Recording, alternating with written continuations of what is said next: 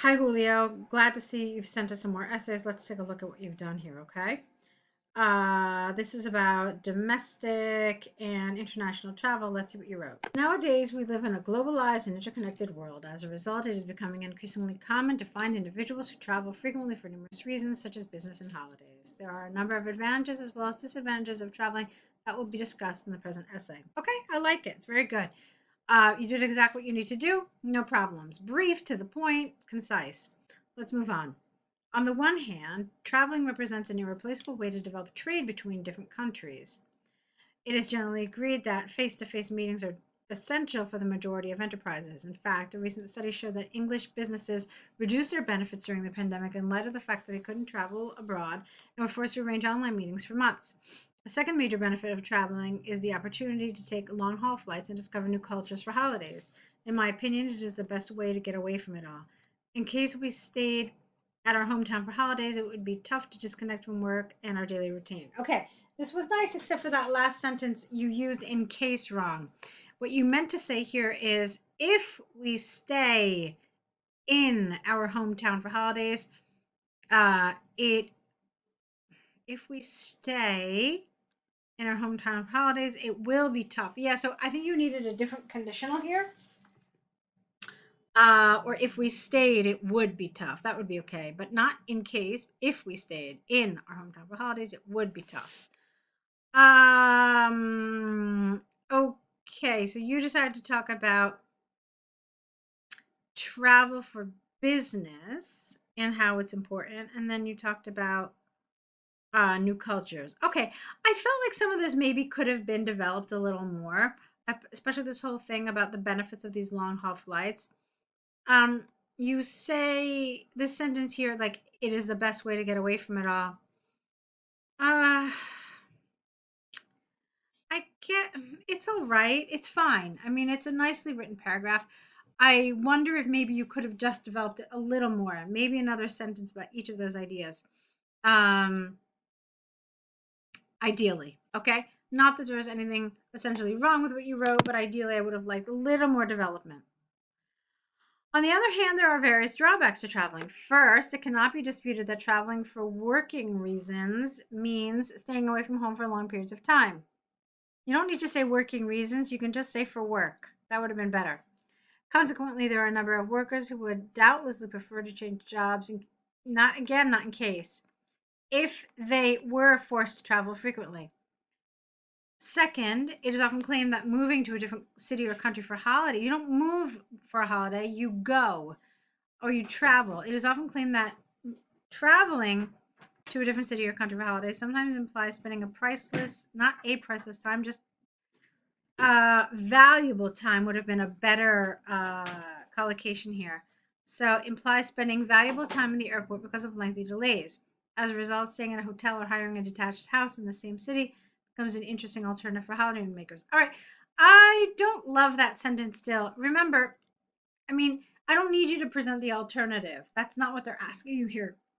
So what you really wanted um, was to develop your idea further. And you did something very similar here too. Like you talked about how tough it is to disconnect from work. I didn't mind it so much because I felt like it kind of fit, but I still think it would have been better. How can I say this? It's better to argue what you're arguing rather than to argue why the opposite doesn't work. Does that make sense? That's what you did here, and that's what you did here. Staying in a hotel or hiring that. I mean, don't talk to me about the alternative and why it's not good. Just talk to me about what you're talking about is good or not good. I hope that makes sense. All right. To conclude, in the last few decades, thousands of individuals have begun to travel for work and for fun. Despite the fact that there are numerous disadvantages of traveling frequently, it is vital not only for businessmen, but also for people who try to rest and disconnect from the daily routine. Okay, let's see. I'm just going to read it over. It's fine. It's fine. I mean, it's nicely written. Again, I do wish there was just a bit more development in your body paragraphs, but on the whole, I thought you did a nice job with it. I don't really have a lot of other comments. just some of that grammar. I want you to be careful with how you use in case. I feel like you're using it wrong. So I would avoid it. And instead, I would prefer to use one of the ifs. So kind of brush up some of the rules on how we use if, okay? And try to incorporate that in your writing. It's nice advanced grammar if you do it correctly. Okay, so let me open this up and then let me look at what you wrote. The graph provides information regarding the movie preferences of young adults around the globe. Data is broken down by genre. You don't really need that. You could have just said the graph provides information regarding the movie preferences of young adults around the globe. Yeah, you don't even need to say this sentence at all. You could have said the graph provides information regarding the movie preferences of young men and women around the globe. Okay? That would have been fine, but you didn't need to say this. Let's see. It is clear from the bar chart that comedy represents the preferred genre with 282 people. In fact, this is the most common type of movie among males and females with 145 and 137 persons. We don't really say persons anymore, we say people, respectively. Fine. In contrast, animation films were the worst, not the worst, just the least popular. All right, you're not trying to make a judgment about animation, you're just trying to say that they were the least popular. With just 117 individuals, 63 men and 54 women. Okay. The biggest contrast is found among the romantic movies because we observe roughly 4 times more women than men in the graph, 116 versus 31. Horror films are liked both by men and women with a difference of just 7 people. Okay, fine. Finally, regarding the remaining movie preferences, action films were the second most common among men with 137 individuals.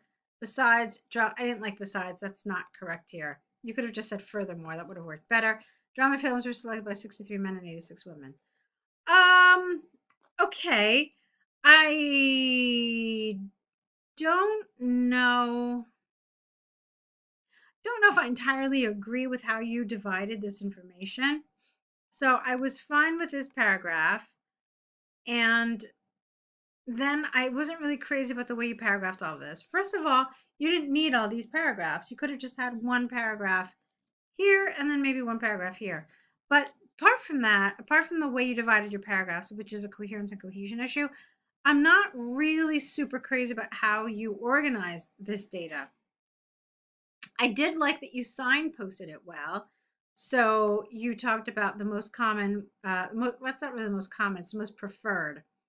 And then you said the biggest contrast, and then you said they were pretty much equally light. So you signposted well, but that doesn't mean I was really super happy with the way you organized this. So maybe what you could have done is you could have talked about the first preference, okay? And then, you know what? Let me open the graph and I'll show you what I mean. Okay, so of course there are many ways to do this, but you could have did what you did here, which is talk about this.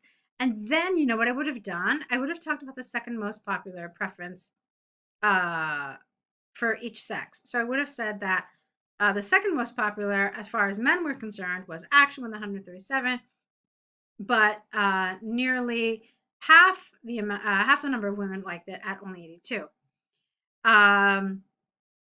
A similar difference was found in the second most popular film genre for women.